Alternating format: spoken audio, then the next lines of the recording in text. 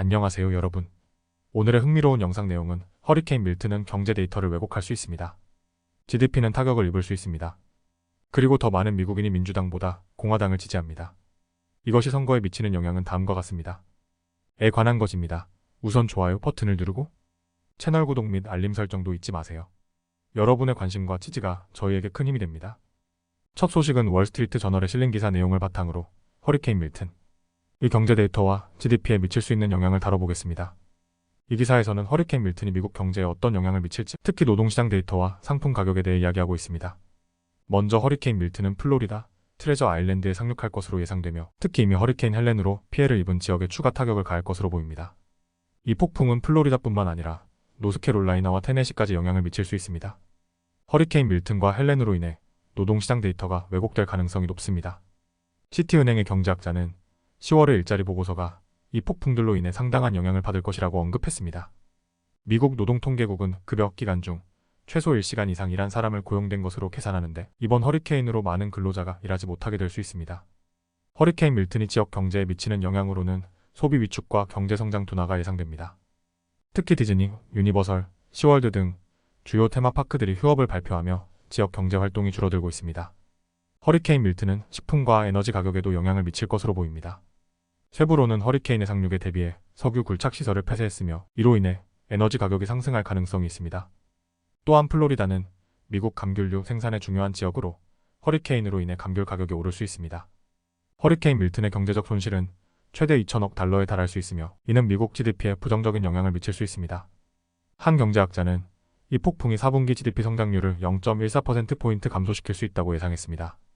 하지만 이러한 경제적 충격은 단기적일 가능성이 높으며, 재건 활동으로 인해 시간이 지나면서 GDP가 회복될 것이라고도 언급했습니다.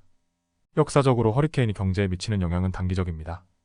예를 들어 2005년 허리케인 카트리나가 에너지 인프라를 파괴해 전국적인 가솔린 가격 상승을 초래했지만, 그 후 재건 활동이 진행되면서 GDP가 회복되었습니다.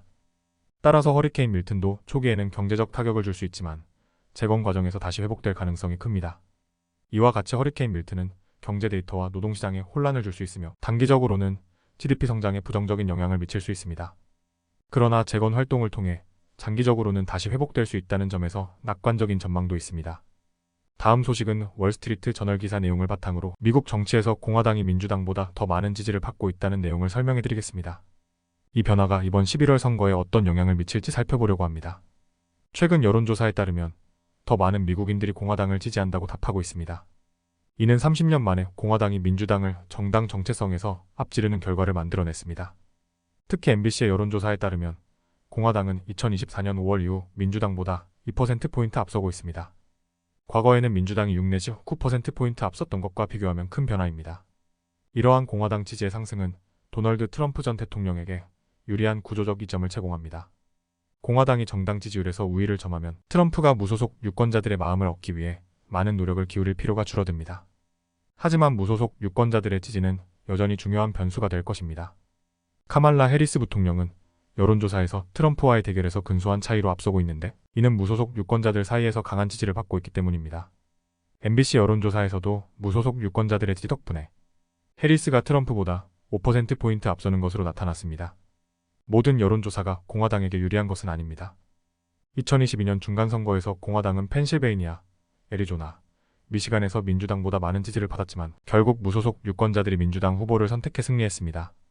이번 대선에서도 비슷한 상황이 발생할 가능성이 있습니다.